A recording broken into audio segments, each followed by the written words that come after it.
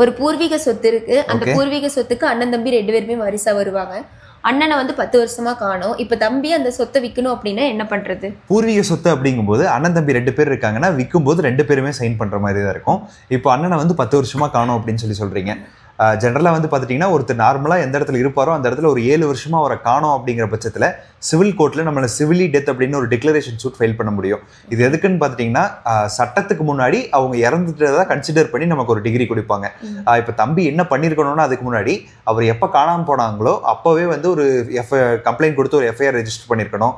இல்லை நியூஸ் பேப்பரில் வந்து ஆடு கொடுத்து அவரை தேட ட்ரை பண்ணியிருக்கணும். இல்லை பேம்ப்ளெட்ஸ் எல்லாம் போய் அவங்களுக்கு தெரிஞ்ச இடத்துல கொடுத்து தேடி கண்டுபிடிக்க ட்ரை பண்ணியிருக்கணும். இந்த மாதிரி எஃபர்ட்ஸ் எல்லாம் எடுத்ததுக்கப்புறம் இந்த மாதிரி சூட் ஃபைல் பண்ணும்போது அவங்க வந்து சிவிலி டெத் 7 வருஷம் கம்ப்ளீட் ஆகிருக்கும்போது சிவிலி டெத் அப்படின்னு சொல்லி நம்மளுக்கு ஒரு டிக்ளரேஷன் கொடுப்பாங்க. அதை வச்சு நம்ம இந்த ப்ராப்பர்ட்டியை ஃபியூச்சரில் சேல் பண்ணுறதோ இல்லை மார்க்கேஜ் பண்ணுறதோ பண்ணிக்க முடியும்.